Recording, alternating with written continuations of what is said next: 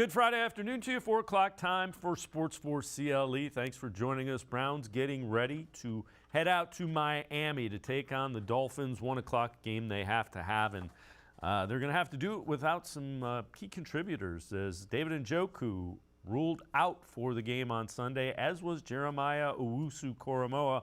Owusu-Koramoah able to get into some of the individual drills in practice, but ruled out for the game on Sunday.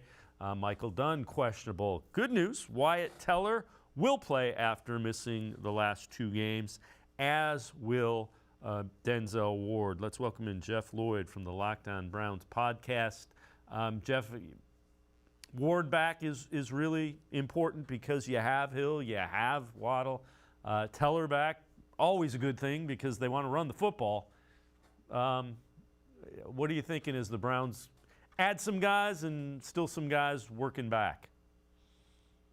Well, I mean, look, the Browns are, and this is the way they've been, the way this unit is currently constructed from front office to coaching staff. They're not gambling with injured players. They just don't do it. So, if you do not at least get a full practice in by Friday, you're not going to play. It's just been the MO. It's been the way they've done business for 3 years now. They'll look at it and say, look, we got 9 games left. Maybe if it was later in the season, you'd feel a little bit differently about it. They're just going to be cautious here. The thing that is maybe a little bit interesting is certainly with Dunn, because Dunn has taken a ton of reps as a blocking tight end over the last few weeks. Granted, you get Wyatt Teller in. You can probably have James Hudson do the role that Dunn was doing. Froholt can go back to being an extra lineman. And, the Browns did this last week. The last game against the Bengals on Monday Night Football, using the extra, linemen as blockers because they were, short at the tight end position. You think that's going to be the case. But the Browns linebackers, look, Sione Takitaki was excellent against the Bengals. I'm sure as a player that was still in line for a lot of playing time in this game regardless.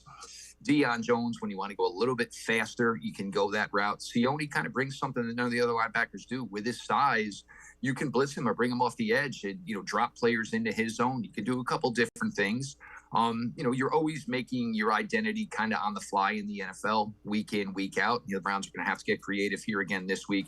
But you get Wyatt Teller back, all pro. You get Denzel Ward back, 2-time Pro Bowler. Martin Emerson's been excellent. You're going against the team with some really, really good and fast wide receivers. You're pretty well manned at the cornerback position. So I think the Browns, probably got everything they could ask for as far as going into this one. You mentioned the big personnel with there were 6, 7, maybe even 8 offensive linemen. I don't know about you. I want to see more of that because you want to stack the box. We're just going to bring bigger people in to move those people back, and teams can't match up with that. They can't. It's really, really difficult to do. Even the one everybody got excited about, the James Hudson block, from the Bengals game. It's a good size linebacker, 235, 240 pounds. You're still giving up 80, 90 pounds, not to mention James Hudson, was in motion. So basically, but look, it's something fun. It's something different. You got to get creative. You got to remake your own identity in this league. For the Browns, you had no choice. Harrison Bryant, he's a nice receiving tight end. His blocking is okay. He's not a really big tight end. He's not a really thick tight end. Farrell Brown, same type of case. David Njoku's your number 1. You're not going to have him again. If it's getting you an opportunity, and we talked about this last time we spoke. Nick Chubb, the one time where Nick Chubb struggles a little bit is in obvious short yardage situations. It was a benefit to him in that game. It worked out well. You're not going to throw away, even though you stumbled upon something and basically you tried it because you had no choice, you had to. If it worked, you're not taking it out of the playbook. So when the Browns need to go to it this week, they will. And God knows Miami, like the Browns, they have a lot of edge-built players, 6'3", 6'4", 250, 260. This team plays a 3-4 defense. So obviously they have a lot of guys, built like that coming off the edge. Tight ends would have been a difficult match for those guys anyway, so why not go ahead and throw out the big 300-pound guys? So Joe Woods talked about the Dolphins and how they attack defenses, particularly in the middle of the field, and some of the challenges that those things present. That's the offensive scheme. They do a little bit of everything, but you're right. They really do try to attack the middle of the field. You can see it with their, play action and some of the route concepts they run. And everybody knows it. That's been the system forever, but it's just trying to stop it. What's hard to do. And, Jeff, I watched almost all of their game against the Bears last week, and it is shocking how often they attack the middle of the field. What What's the answer to that from the Browns' perspective, do you think? Well, the answer is pick your poison. Because they're going to run somebody on a deep, skinny post, and it's usually going to be Hill or Waddle. And, it's even hard to throw coverage on that and think you're still going to win. There's no joke. These guys run 4.2. These guys are some of the fastest wide receivers in the league. But usually when you have somebody running the deep, skinny post, then there is either Mike Gesicki running a traditional post pattern over the middle, a little bit delayed, or it's the other wide receiver, or there is Mike Gesicki or the other wide receiver dragging. So it's really, really difficult. They love to work between the hash marks.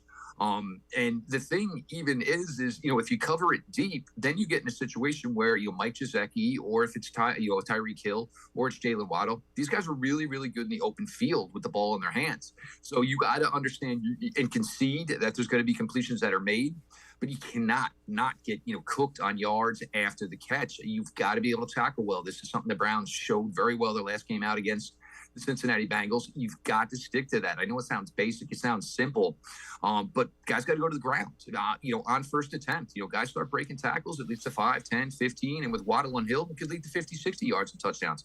You have to structure your defense to avoid giving up the big play, but you can't have your defense fail in the simplest things of tackling that allow 2 big plays as well. So Kevin Stefanski is 2-0 in the first game off of a bye week. Obviously, third year trying to make it 3-0 against the Dolphins. So does the extra week in this instance help him prepare, do you think? I think it certainly helps you prepare. You're going to, because you're going against a team that was not exactly built like the Cincinnati Bengals, but what they do well, where they succeed, is similar. So you had a nice plan in place with that. Guys are feeling confident about themselves. You get the extra week, and it is off of a win. So you get that bye week. You can kind of feel a little bit better about yourselves. You're not spending too much time dwelling on a loss, which would take 2 weeks, as opposed to where you're dwelling on a win, and you're just in a better mood, more prepared, more focused on getting back to work, getting back to that opportunity. They're a talented group. They truly are. But the Dolphins, that is. But you have to be, focused. You have to be. And, when the break is coming. You set yourself up for when the break comes. They're getting a little bit healthier here going into this game. Getting players back like Ward and Teller are key. But it's a chance. You sat down, watched that game. I'm sure they watched that game, watched a lot of Dolphins tape. They watched where the Dolphins were good. I don't know where they struggled in this past game, because they really haven't to this point, where 2 guys combined almost 2,000 yards at this point in the season. It's just absolutely bonkers bananas. But they're a solid group. But the Browns needed this time. They needed to get healthy. They needed to feel a little bit better about themselves. They have a huge 3-game stretch here, which will culminate with the end of the Jacoby Brissett time, the beginning of the Deshaun Watson time. The only question is, what exactly will be this team's record? And, will there be enough left for Deshaun Watson to hope to come in and salvage for this team down the stretch? Yeah. So is this a must? Is this game a must-win in your mind? At 3-5, you're running out of time to catch some of the guys that are ahead of you in the AFC. The way I feel, the Browns have to go 2-1 over the next 3 games. You want Deshaun Watson coming back into the building with this record being minimum 5-6. To get one of these 3 out of the way here in Miami would be nice. Buffalo, for right now, Buffalo's an asterisk. We don't really know what's going on. I think everybody understands that maybe there is something going on with Josh Allen's elbow. Is it a 1-week thing? Is it a 2-week thing? Do the Bills get crazy enough to risk him this week? Maybe. Who knows? But, you certainly can't look at that game. Tampa looks like the easiest game on the slate because it's at home, because Tampa is playing very, very poorly. Do we think Tom Brady's just going to fade off into the sunset? You got to think that team's going to start playing a little bit better, plus they're strong on the defensive side of the ball. Must win. I'm not going to put 100% on must win, but you want to look to get a win over Buffalo. You want to look to get a win over Tampa Bay. This team needs some confidence, and you string back-to-back victories over a team like the Bengals, a team like the Dolphins. That's kind of the recipe you need to do that, to build the confidence in that locker room, that knowing that there's some big mountains out there you still got to climb to give yourselves a shot here. Yeah, I would agree. I think this would go a long way towards having these guys realize, we beat the Dolphins, we're kind of back in it, just that kind of mindset. This is kind of interesting as well. A guy that was tied to the Browns pre-trade deadline, defensive lineman Jerry Tillery, former first-round pick, will be officially waived today by the San Diego Chargers, meaning he can't be claimed until Monday.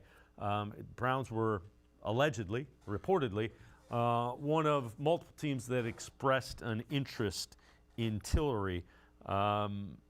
We've talked about the Browns' lack of production, defensive tackle. Is this a guy they should be interested in? Is this a guy that can help? Can he?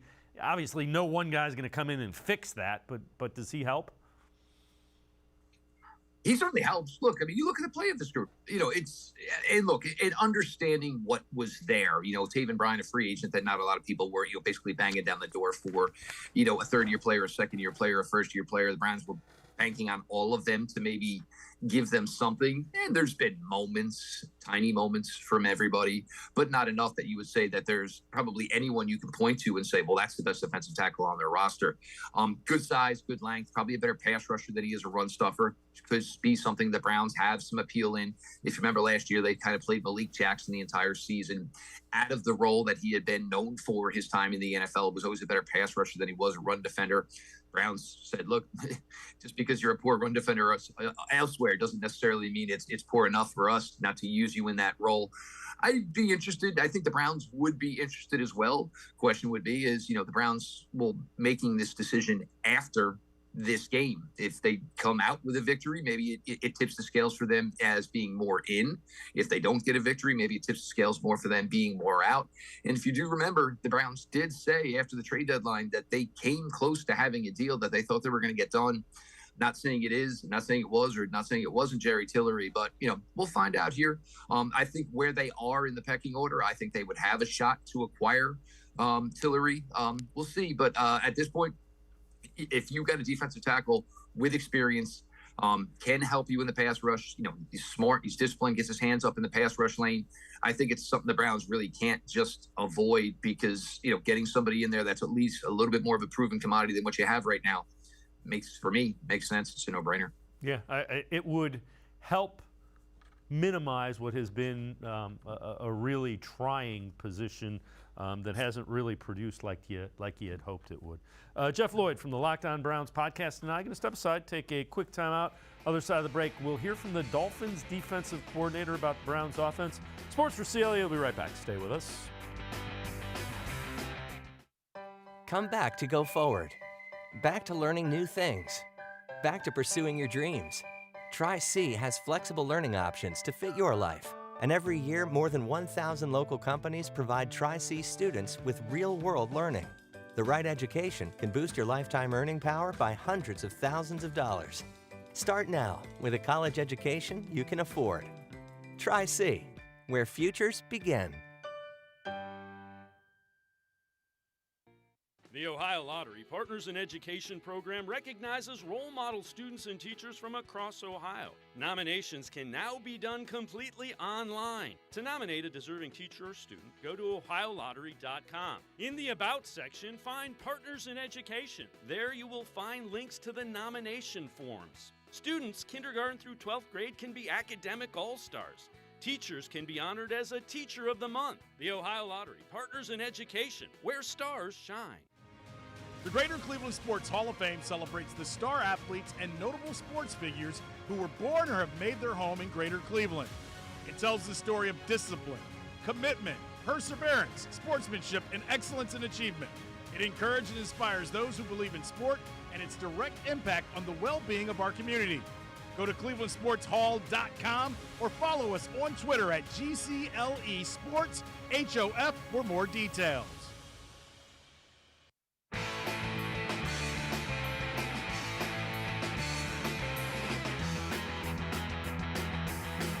We continue talking Browns, getting ready to face the Dolphins 1 o'clock in Miami with Jeff Lloyd from the Locked On Browns podcast. Dolphins defensive coordinator Josh Boyer on how he plans on trying to stop Nick Chubb in the Browns running game.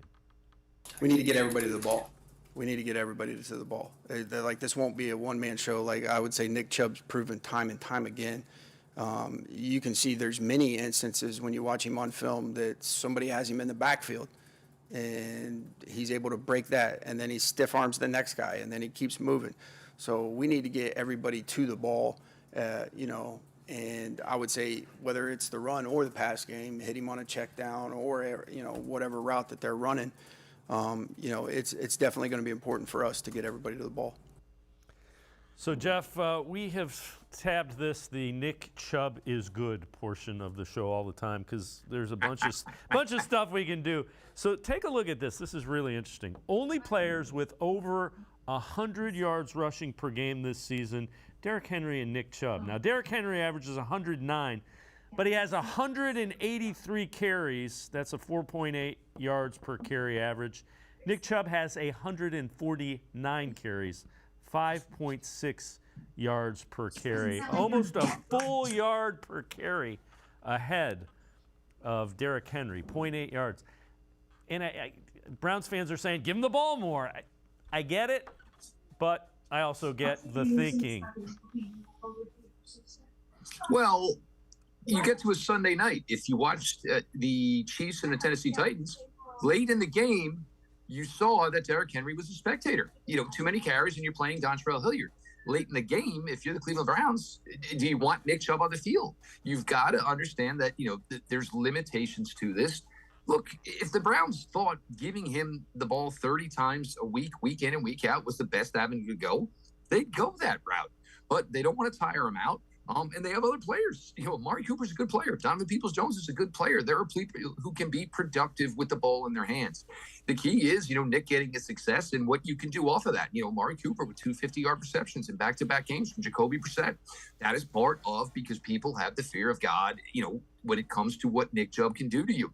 He's a huge, huge part of this offense. He is not all of this offense, and the key is to have him available whenever you need him. So, I understand some people think it's cautious. Some people don't necessarily agree with it. But look, to this point, Nick Chubb has not missed a game. Nick Chubb should be leading the league in rushing. If he had 9 games, just like Derrick Henry did, he would be leading the league in rushing. He's the Browns' best asset on offense, but he's not their only asset on offense. Yeah, and you know what? It's going to get a little bit better for him when Deshaun Watson is there because you're not going to see as many stacked boxes, and now you got another guy that can threaten the defense with his legs. ESPN's bold predictions. Nick Chubb will pile up a season-high rushing total on the ground against the league's 15th ranked run defense. And this kind of gets to another thing that I noticed with the Dolphins. The Dolphins defense struggled. I mean, I know, Justin Fields is playing well. They gave up 42 points to the Chicago Bears. So it's a defense that can be scored upon. Well, I mean, this is a team that, granted they won both games on the road against the Lions and the Chicago Bears. Didn't really blow either team away. Justin Fields' legs certainly created a problem they couldn't handle last week. The Browns can't replicate that with Jacoby Brissett. They just can't. They just don't have it in them.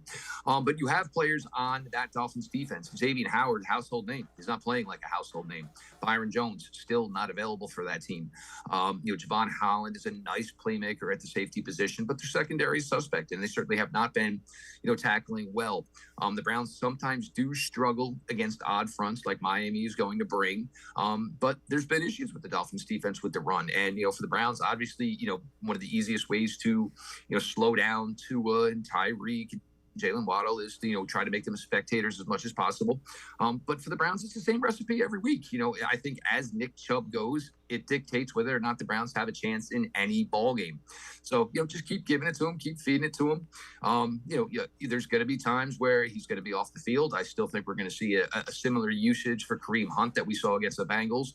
The Browns miss something when Kareem doesn't get as many touches, and the fact that he's a lot more viable in the passing game than Nick is. Just continue to do what you do offensively. It's not been the issue to this point. Just continue to maximize the playmakers you have. With Jacoby being smart, being efficient, no interceptions over his last 2 games, high completion percentage, just basically stick to the course on the offensive side of the ball.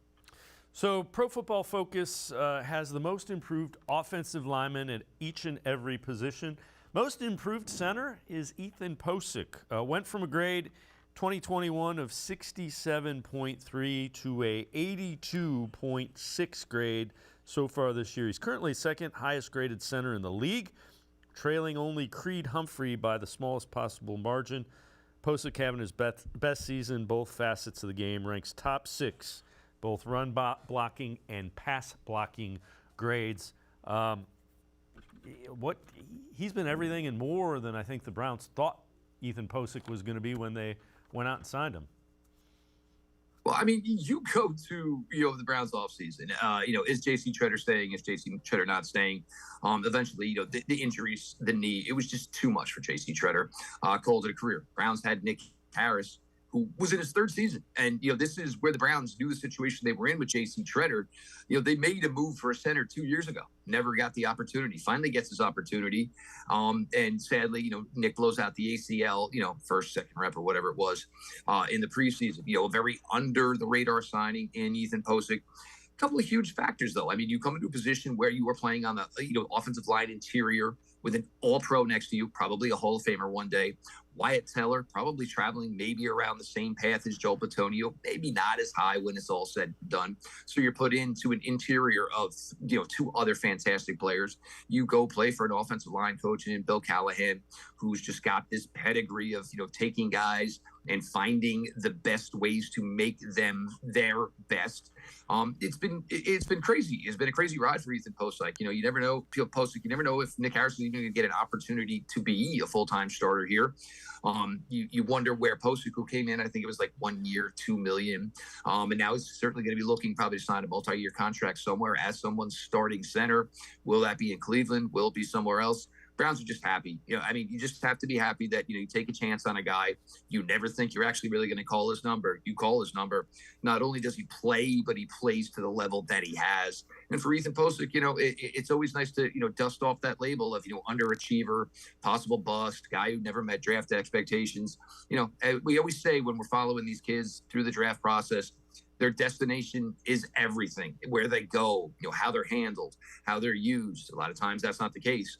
You get a second chance here in Ethan Pocic, and he's done everything he possibly could. And, he's going to go somewhere, whether it's here, whether it's somewhere else. There's going to be brighter days ahead for, Ethan Pocic as far as, basically the wallet will be concerned. Yeah, he has definitely played himself into a pretty nice payday. All right, so the Colts fired Frank Reich, hired Jeff Saturday, a guy that is the first guy to be an NFL head coach without any experience at the college or professional level since Norm Van Brocklin. That even is before my time. Take a listen to what Browns' future Hall of Fame lineman Joe Thomas said about that. The disrespect that NFL coaches have to feel when they saw that this hire was made is higher than almost anything I can ever possibly remember in the NFL. And then to defend the decision by saying, I'm happy that he doesn't have any experience. He's not because scared. He's not scared. Like, if you didn't already insult every person that's worked their entire life to be a head coach in the NFL, then to go up there and say, I like that he's got no experience because all y'all NFL coaches are scared because you use logic and analytics to make decisions. I mean, I was happily eating some fine French food and drinking French wine because I was in France with my kids earlier in the week. But when I saw this, I thought it was a joke. I thought maybe I had a little Google Translate and all of a sudden I'm in the wrong calendar and it's April 1st or something going on. It was the most egregious thing I can ever remember happening in the NFL. And I went 1-31 my last 2 years in the NFL. The end of that is what just sets that all up. But yeah, that opened up some. That had a lot of people scratching their heads there. No, look, and all of that I 100% agree with. I do. I mean, look, keep in mind, Jeff Saturday has not been, a player for the Colts in a long time. Still considered, I guess, a consultant, even though he doesn't live in the area. But for Jim Irsay, maybe this is somebody you're truly enamored with. You truly, truly are. And maybe, he's tried to elbow Jeff Saturday into this position for years. Who knows? We don't truly know. But the other thing is if he ever wanted to try it with Jeff Saturday, if Jeff Saturday ever wanted to try it and see if this is something he wanted to do, and if you saw the most important thing as far as Jeff Saturday is concerned with Joe Thomas's comments were, he talked about Rob Jasinski. They had been neighbors, and he's like, he saw his kids Friday afternoon, picked him up from school, took him for ice cream, dropped him off at home. After the games on Sunday, he drove his kids home and went back to the office. That was it. That's all he saw, his children. So for Jeff Saturday, is this the life you want to lead? Look, 8-9 games left for the Indianapolis Colts. I don't think anybody's expecting him to turn this team around. get them to the playoffs, any of that. I think this was more Jim Irsay saying, this is a guy I truly, truly admire his football mind, admire his football passion. There was no other way we were going to get to attempt this. You can't just say, oh, all right, we'll hire him in February. And then Jeff Saturday comes to you in May and says, hey, it's just not for me. It's something that obviously Jim Irsay seriously wanted to try. Obviously, Jeff Saturday, enough that he committed to it for at least to the rest of this season. I'm not saying it's going to work. I'm not saying it's not going to work. But for you two guys that, obviously have a relationship together and wanted to work together, there was no way you could really do this and it would be a perfect scenario. This may be the only one where you can say, hey, it's a couple of months. Let's see if it's for you. Fair enough. Jeff, Lloyd, and I are going to step aside, take one more time out. Other side of the break, we will head to the voicemail of Truth and Reason. We will also hear from Joe Woods on Tyreek Hill. Sports4CLE, be right back. Stay with us. Come back to go forward. Back to learning new things. Back to pursuing your dreams. Tri-C has flexible learning options to fit your life. And every year, more than 1,000 local companies provide Tri-C students with real-world learning. The right education can boost your lifetime earning power by hundreds of thousands of dollars. Start now with a college education you can afford. Tri-C, where futures begin. The Ohio Lottery Partners in Education program recognizes role model students and teachers from across Ohio. Nominations can now be done completely online. To nominate a deserving teacher or student, go to OhioLottery.com. In the About section, find Partners in Education. There you will find links to the nomination forms. Students kindergarten through 12th grade can be academic all-stars. Teachers can be honored as a Teacher of the Month. The Ohio Lottery Partners in Education, where stars shine. The Greater Cleveland Sports Hall of Fame celebrates the star athletes and notable sports figures who were born or have made their home in Greater Cleveland. It tells the story of discipline, commitment, perseverance, sportsmanship, and excellence in achievement. It encourages and inspires those who believe in sport and its direct impact on the well-being of our community. Go to clevelandsportshall.com or follow us on Twitter at GCLE Sports HOF for more details.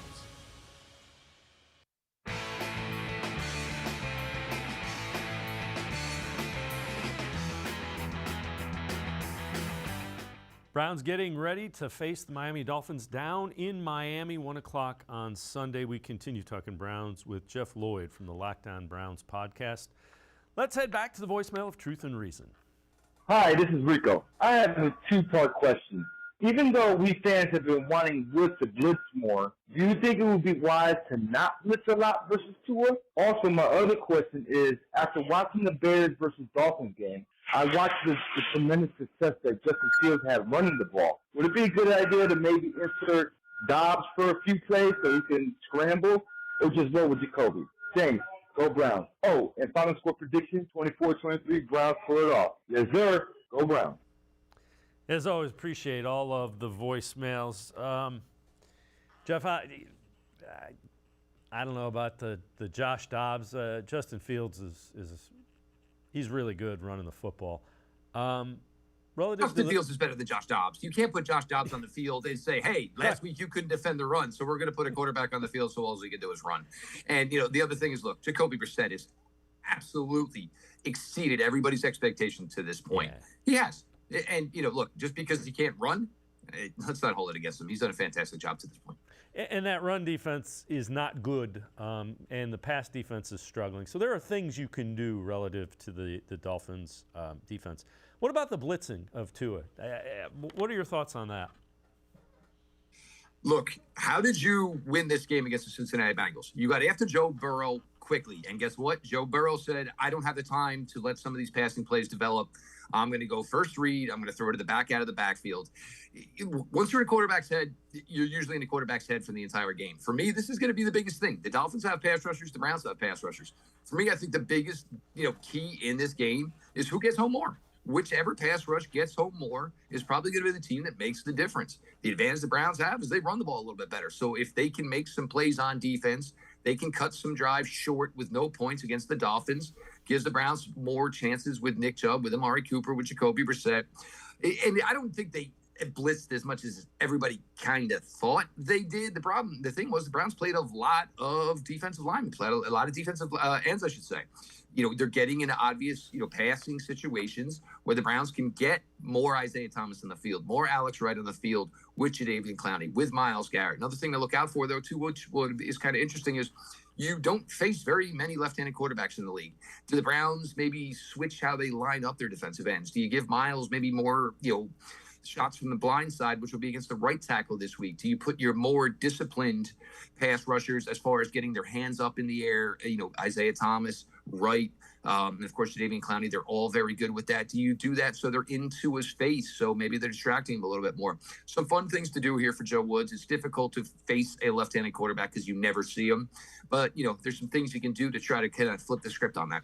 Yeah, I would agree. The passing lanes, and too, is not a tall guy, so he's 6 foot flat. He's the same height as Baker Mayfield. As much as everybody wanted to tout it, give Baker Mayfield a hard time for his size. Tua is the same size.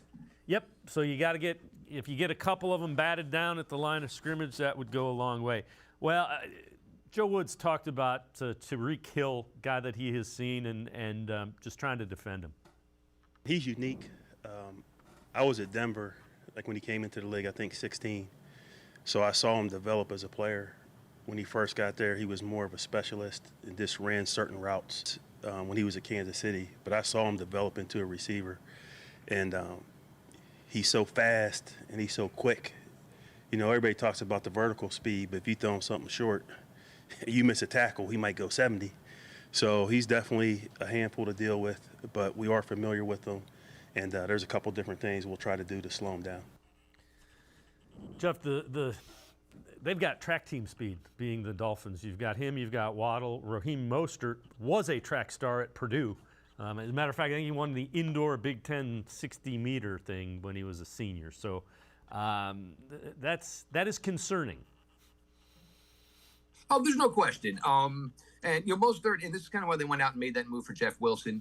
When you're a team that thinks you're going to be a winning team, you kind of need a close out the game type of back. And that's the reason they made the move for Jeff Wilson. Raheem Mostert's not that type of guy. He's kind of just, basically run the daylight and, just turn on the Jets type of player. For me, I think it's with Hill and Waddle, it's what are you going to do with Martin Emerson here this week? You get Denzel Ward back, which obviously is ideal. Martin Emerson has been fantastic. He's big. He's long. I mean, to use Martin Emerson kind of is, all right, whoever's going to take the one guy you have, maybe Martin Emerson, just go beat the daylights out of the other guy for 5 yards and try to disrupt him and get him out of Tua's, timing, so to speak. So the guys get into the area late. They're difficult guys. They really are difficult guys to cover. And of course, the Dolphins are really smart. They put them in motion a lot, obviously, so the defenders can't get their hands on them. But, to use a Martin Emerson, do you bring in a Ronnie Harrison just to put some physicality on these guys? So maybe it disrupts the timing a little bit. And it's going to be key for Ward and Newsome as well. You got to get your hands on these guys a little bit, man. If you give these guys free run, there's not much you can do because you can't run with them. There's very few defenders in the NFL that can run with them. So the best thing to do is try to maybe, beat them up, slow them down, and, maybe over 60 minutes that, maybe changes the course of the game for you as far as, the Dolphins just having issues, syncing their timing with each other. So this from ESPN Stat to Know. The two guys that we were talking about, Hill and Waddle, ranked 1st and 5th, respectively, in yards receiving this season, a combined 1,916, so almost 2,000 yards. Browns have allowed 11.96 yards per reception, tied for 4th most in the NFL. So those are some numbers that are keeping Kevin Stefanski and Joe Woods thinking about how they can slow down this offense. And for the most part, those numbers have been relatively better over the last 2 weeks. 2 weeks ago against Baltimore, only 9 completions by Lamar Jackson. Obviously, it was a fantastic showing by the defense on Monday Night Football against the Bengals. But, now you're here. This is probably, I would say, the ultimate test. I mean, Mahomes certainly a better quarterback. Other quarterbacks better. But these are just, nobody else can kind of do this Madden strategy of, where we're just going to outspeed you. And, the Dolphins do have that luxury. And one thing to not sleep on with these Dolphins, and I know he didn't have the greatest week last week, is Mike Gesicki is a pretty solid tight end, very similar type. Kevin Stefanski talked about what the Browns can do to disrupt offenses. Yeah, I think with JD and with Miles playing together, that's a lot of length that the offense has to deal with. And then JD plays so disruptive in the run game, in the pass game. You can rush him inside and outside, so it gives you some versatility. But I think particularly with our top two guys out there, there's length, which I think is tough for defenses. And again, that becomes really important with a 6-foot quarterback. And that was the unstated part of what he was saying. Oh, there's no question about it. And look, everything's worked. I think with the moves the Dolphins made, the question became, and look, a lot of people, wanted to peg maybe Lamar Jackson goes back home in the offseason to Miami. What Miami said is, look, we're going to give our true evaluation to this guy. We're going to do everything we think that should make him successful. And to this point, it has worked for Tua, and it has worked for the Miami Dolphins. But he's 6 feet, he's 210 pounds. That's not relatively big compared to what NFL quarterbacks are now. You put him next to Josh Allen, he looks like a little kid asking for an autograph when it comes to size. You have to. He runs. I'm not going to say you're going to put him in the stratosphere of Josh Allen. You're not going to put him in the stratosphere of Lamar Jackson with his legs. He can do some things with his leg. But you collapse the pocket on a quarterback who's only 6 feet. And Browns fans, we saw this for a couple of seasons. It makes for difficulties, and you end up with a quarterback taking a lot of sacks because he's just not as big, cannot take as much punishment, and doesn't really have the length to fight off would-be tacklers. Crush that pocket, crash that pocket. It's the best opportunity they have for success on Sunday. All right, before I let you go, what does a recipe for a victory look like for the Browns, do you think, in this one? Browns find a way to get 2 turnovers on defense from Tua Tagovailoa. You control the turnover margin, you win. You control the sack margin, you win. And I think Jacoby Brissett and the offense, Nick Chubb, I think the way it's been performing, as much as you'd like to have David Njoku, they score their 24, they score their 25. I think that will be enough to get it done. This team is good. You just need the defense to continue to play at the level that we've seen from this defense the last 2 weeks. These guys understand the writing on the wall. They know it is getting late early. They know it's going to create for a really awkward situation if Deshaun Watson comes back and there's not really much to play for, because all the talk is going to be about a quarterback maybe shaking off the rust. They want to have something for Deshaun Watson to play for when he returns in 3 weeks. Jeff Lloyd, Locked On Browns podcast, as always. Great stuff, Jeff. Appreciate the time and the insight. Thanks very much. Thank you, Dave, and all the veterans out there. You guys are greatly, greatly appreciated. We appreciate you all. Thank you. Jeff Lloyd, make sure you check him out. Locked On Browns podcast.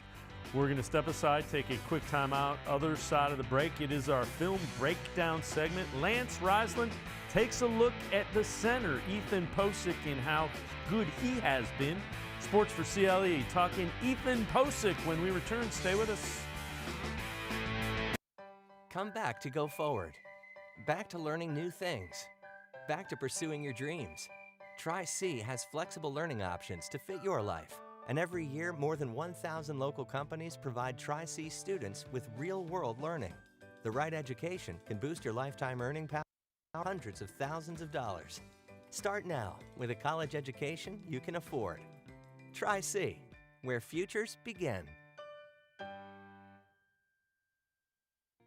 The Ohio Lottery Partners in Education program recognizes role model students and teachers from across Ohio. Nominations can now be done completely online. To nominate a deserving teacher or student, go to ohiolottery.com. In the About section, find Partners in Education. There you will find links to the nomination forms. Students kindergarten through 12th grade can be academic all-stars.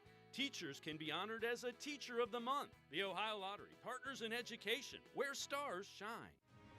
The Greater Cleveland Sports Hall of Fame celebrates the star athletes and notable sports figures who were born or have made their home in Greater Cleveland. It tells the story of discipline, commitment, perseverance, sportsmanship, and excellence in achievement. It encourages and inspires those who support and its direct impact on the well-being of our community. Go to clevelandsportshall.com or follow us on Twitter at GCLE Sports HOF for more details.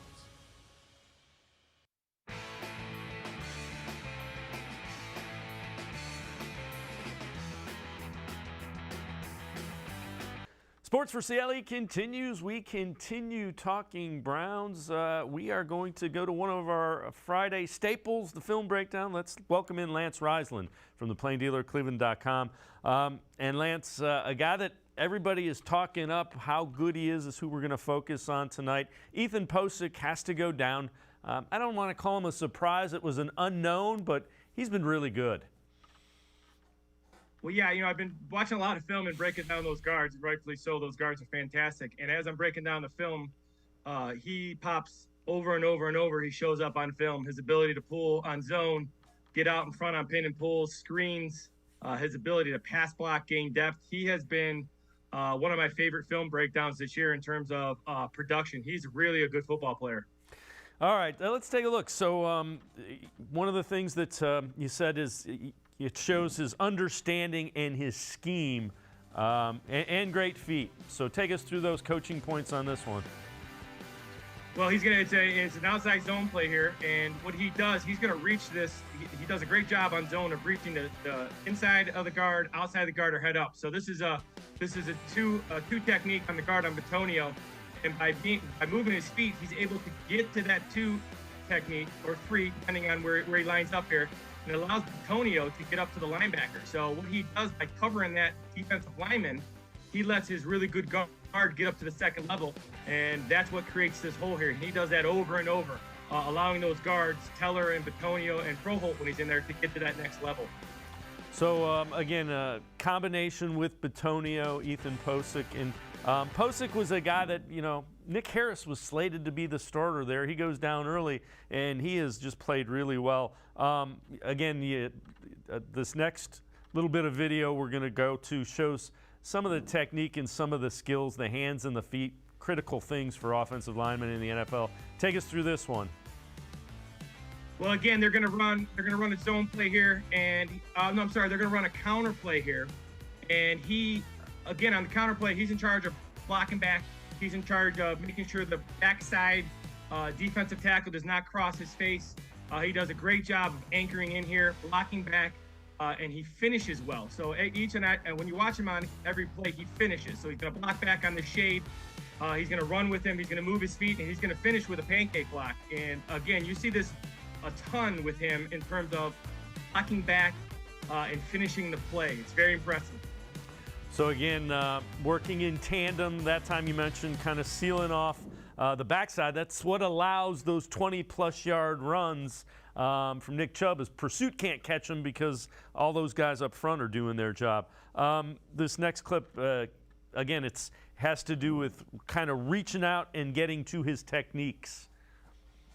So this is my favorite kind of film. This is from the end zone. This is the only way I like to watch lineman film. So you're going to see, again, he's going to reach his two technique, which, again, allows Bitonio to get up to the next level. And the sooner he can get there and control the technique, Bitonio can lead and get to the next level.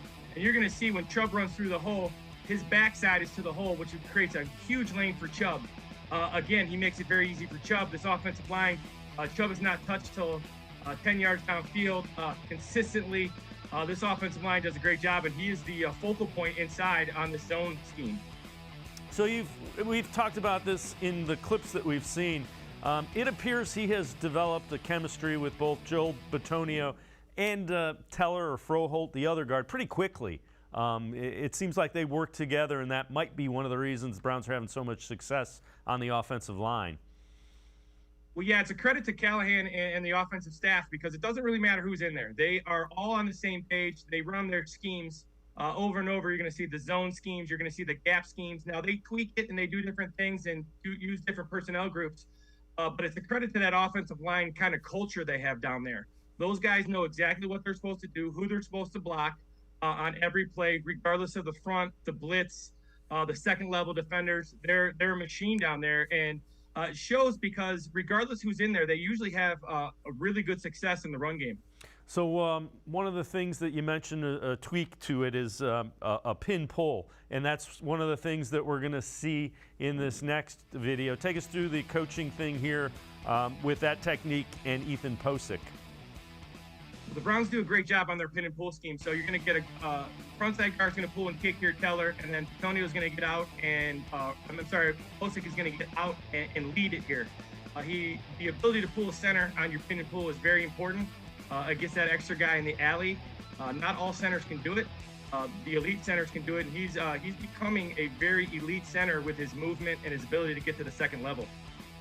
Yeah, and again, the interior of that line has been really good with Pocic, Teller, Batonio, Froholt, everybody they've plugged in. All right, we've looked at a lot of running, and rightfully so. The run blocking is pretty good. Posic's doing a job in pass protection as well. Let's take a look. This next clip is kind of setting up in pass protection. What do you see here? Well, first of all, with their pass protection, they do a great job of gaining depth. So those interior guys, if you look at all three, they're going to gain some depth. And by gaining depth, you can pick up blitzes, twists, any type of stunt. But by gaining depth, you have to be able to anchor in. So you're going to see him, he gets pushed on his first two steps, and then he anchors in. And by anchoring in, he's able to keep that defensive tackle right on the line of scrimmage. Again, he consistently does this. He sets the pass protection. He makes sure everybody else knows where they're supposed to go. He's very consistent in terms of his knowing who he has and being fundamentally sound. How important is it for the interior, so the tackle, or not the tackles, the guards in the center in pass protection? Because even Tom Brady, as good as he is, when he struggles, it's when he gets pressure up the middle. So that's got to be a key to a passing game. Well, yeah, the pressure up the middle is what a quarterback sees. So as he's looking at his coverages, looking what he's trying to read, the edge pressure doesn't really bother you. You don't really see the edge pressure, and you expect the edge pressure to go around, and you can step up. But when you can't step up, you're unable to go finish your reads, and especially those checkdowns and things that are important to the Browns. They do a good job inside of gaining a little bit of depth and creating that wall, so Set has all the time and vision he needs. Well, you mentioned one of the things that you liked was, they were getting depth because it allowed to pick up stunts. So here is video of one of those stunts. Take us through this one. Well, again, this is going to be a zone play. What I really like here is that goes back to Callahan and what they do. The defensive tackle is actually lined up outside the guard there. And Teller knows by going inside the plays an outside zone play. So Teller's going to let him go inside to Pocic. But Pocic sees that he's going the opposite A-gap and lets him go as well, and he's actually going to let Antonio pick him up.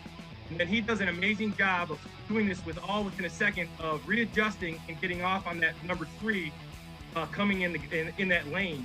And his ability to change direction, move his feet, and create that hole right there is incredibly impressive. And again, that's a stunt on a run play, so a lot of communication that goes into that between center and the guards. Well, yeah, especially on those zone plays. The zone plays, they're all on a track. They're all staying on if you think of it like a railroad track. They're all on a railroad track. They all have their rules. And if the guy that they think is going to be on the railroad track goes inside, it's going to be picked up by the guy inside of them. And you consistently do that over and over. That's why they're able to put those linemen at tight ends and stuff, because the rules don't change regardless of the front that you see. It's staying on your tracks. It's staying on your railroad and knowing your rules. And they do an amazing job of knowing who they have on every play, especially those zone plays. So we've looked at the run plays. We've looked at some pass setups. Let's take a look at screens, something the Browns probably would like to do even more of. And what do you see here from Pocic? Well, so you're going to get a screen here. Browns do a great job. And most of these tailback screens are going to be the guards in the center. So the front side guard is going to get up to the next level. That's going to be Batonio. And then Posic's going to reach number 2. So you're going to see him finish the block there. And then the backside guard, depending on which way it's going, which is going to be Teller in this one, he's going to turn back and make sure no one can get him from the backside. So again, Pocic does a great job of being 10, 12 yards downfield and getting a hat on a smaller DB. All the guards and him, they do a great job of this. That's why their screen game, their offensive line, especially those interior guys, are the key to their screen game. How important has Ethan Pocic been to what this offensive line is doing? Center's a guy that makes the calls. There was a lot of concern because, you quite frankly, Nick Harris was a guy they thought was going to step in. How good has he been, and how important has that been to this offensive line play? I really like Nick Harris. I did a breakdown on him. I thought he had an excellent camp. I thought he did a great job. I didn't know a lot about Pocic until I did some film breakdown.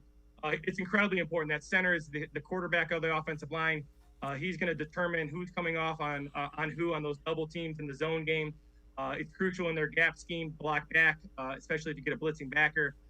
Again, he's crucial in terms of pass protection, calling out the fronts, the odd, the even fronts, the backers who are blitzing, the backers that they're responsible for. So that center is vitally important for all offenses.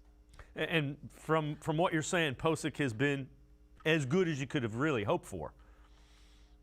Yeah, I like I said, I have been breaking down those guards, and he's been so impressive. He moves his feet so well in every aspect of what the Browns do offensively. He's been as good as it gets. He's playing at a super high, almost like Pro Bowl level, in my opinion. He's been outstanding.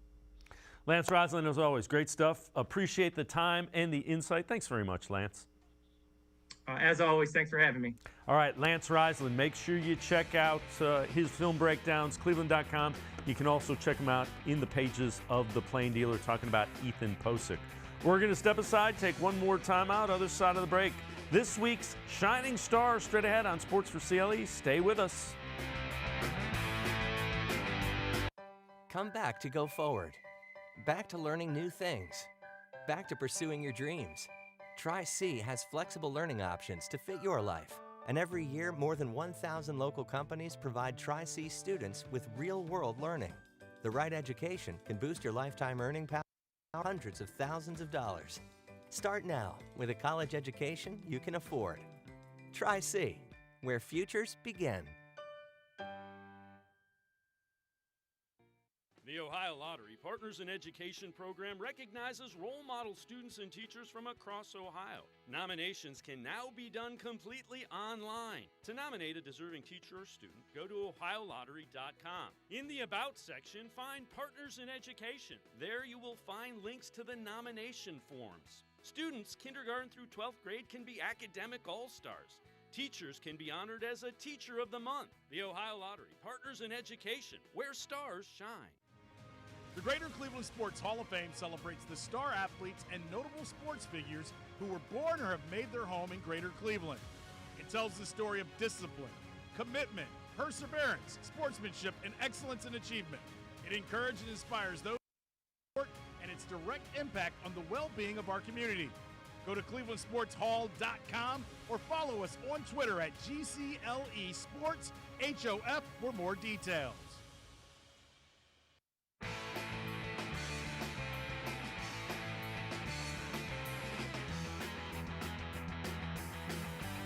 We continue talking Browns here on Sports4CLE. Time for us to head to the voicemail of Truth and Reason with some of your thoughts about the Browns' coming game Sunday against the Dolphins. Yeah, hey Dave, this is Tony from Pueblo, Colorado again. Listen, I've heard all about Tariq Hill, Eric Waterman, but you know what? I want to encourage the Browns fans with this.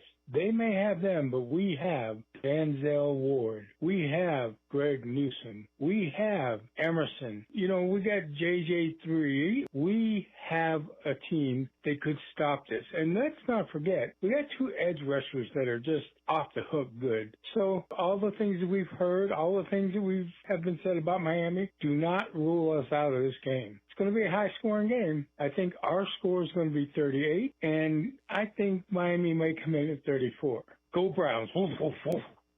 Hey, this is Cassius, the quintessential Cleveland Browns fan. I haven't called in a while. However, I just want to say I think that this week the Browns will upset the Dolphins. That's my prediction, that the Browns will win a game of 27-20. That's my prediction. Go Browns. Woo, woo, woo. All right, Cassius, I have missed you. Thanks for the predictions. I tend to agree. I think the Browns do have a chance to win this one. I don't think the Dolphins' defense is very good.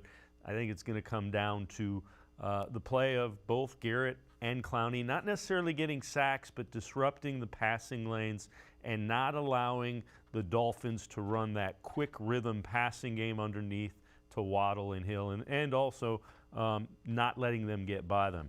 Not a lot of the national folks believe in the Browns. We saw yesterday all of the people on around the NFL picked the Dolphins to beat the Browns by various point totals. NFL's Game Day on NFL Network talking about the chances of the Browns pulling the upset. This is Michael Robinson and Maurice Jones-Drew. I think the Browns have a chance. Yeah, I'll say chance too, but I'll say because it's a very similar offense, right? Outside zone scheme, guys trying to run the ball. The Dolphins are trying to find their running game, and sooner or later you're not going to be able to just throw the ball all over the yard. Where the Browns have consistently run the football, and they just beat up on the Bengals running the football. Jacoby Brissett, don't turn the ball over. If he doesn't, they got a chance. Bill Callahan. Picture this for just a second, because Browns fans have been there before. Lead into the second half, right? You got to lead. Nick Chubb's running all over the place. Kareem Hunt, nice compliment throughout. Fourth quarter, they have the lead. They have a chance. If someone takes the right side of Kevin Stefanski's play sheet and removes it from consideration. No more so five wides left here. No more five wides, right? Yes. No more five wides when you're up. Good job. Okay? Just run the football. I absolutely second that opinion. Right in half, run the football. All right, before we go, time for our Shining Star. Each and every week, we honor a role model student from somewhere across the state of Ohio in conjunction with the Ohio Lottery Partners in Education program. Today, we head out to Wadsworth High School to meet a junior, Kyle Figueray. Kyle, really good football player, really good baseball player, getting it done in the classroom as well. The Ohio Lottery Partners in Education program is proud to salute Wadsworth High School's Kyle Figueray, this week's Ohio Lottery Partners in Education Shining Star.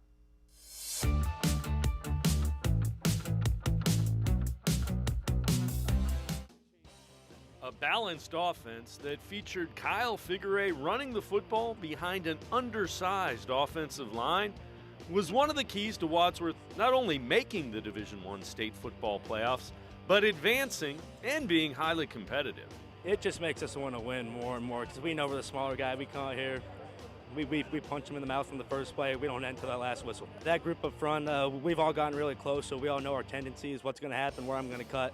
So it's nice to see it all come together tonight, especially in a playoff game. That's the theme of the week every week is how small we are, and our kids take that to heart. There's a lot of three-year starters on our defense, and they're very prideful in the way that they play, and as you can see tonight, they're a pretty physical group. Figueray is only a junior. There isn't a ton of flash to his running style, but there is a bunch of production. Kyle ran for over 20 touchdowns on the season. I like to run downhill, but sometimes I think I can juke. But overall, I'd say I'm more of a downhill runner. Run over the defensive back most likely because they're a little more undersized. So I think getting through them is the best part of the game. First of all, he keeps his shoulder pads low. Like he's always going forward, which is really good. He's got a knack of kind of setting things up, in our inside zone run game. I mean, he sees a window and then he can stick his feet in the ground and then just get north and south real quick. So because he runs, he runs behind his pads, it enables him to keep that forward lean and pick up some extra yards. And he's a big, strong kid, so he's tough to bring down. Figueray is also a two-sport star. He also excels on the baseball field. Kyle started off his sophomore season as a wide receiver. Once he was moved into the backfield, he found a home. He had played some running back in middle school, and actually because he was such a good baseball player, we thought about transitioning into quarterback a little bit. But we've got a kid in that grade that's good. But so last year at the beginning of the year, we started him off as wide receiver. Week 2, or in between week 1 and week 2, Davis Nye, number 1, he goes down with a broken collarbone in practice. So we needed a big back. So we were like, all right, well, Kyle, you've run the ball. I think he had 175 yards that next night, so it was a really good coaching move right there, right? Coach Todd and his teammates rave about Figuray's work ethic, and it's something he also carries into the classroom. Kyle is a solid B student as a junior. Obviously, school's first before anything, especially I make sure I got to study all this year. I get my work done, and after school, make sure I can focus on football, but even if I need to study extra a little more, it comes first. He's like the best kid in the world. I've watched Kyle since he was in youth football, and he's always been tough and hard-nosed and comes from a great family. He's a good student. He's really respected by his classmates, his teachers. He's a multi-sport athlete, which is becoming more and more rare, right? And he does both at a high level, and he gives us all to his teammates. And so he's a great teammate. He practices hard. I mean, there's a whole lot of adjectives I could say about Kyle Figueray. But the most important thing is he's a great young man. If you know a student who deserves recognition, we want to hear about them, and you can nominate them completely online. Go to ohiolottery.com. Find the About section. Click on Partners in Education. There you will see links to nomination forms. Nominate that student as an academic all-star, and they could end up being featured as our next shining star. Well done, Kyle Figueroa. Remember, just a junior, so he will be back at Wadsworth High School for his senior season. And that's going to do it for this edition of Sports for CLE. We will see you back here Monday at 4. Plenty to talk about. Cavs as well as that Browns-Dolphins matchup. That's Monday at 4 on Sports for CLE. Have a great weekend, everybody. We'll see you Monday on Sports for CLE.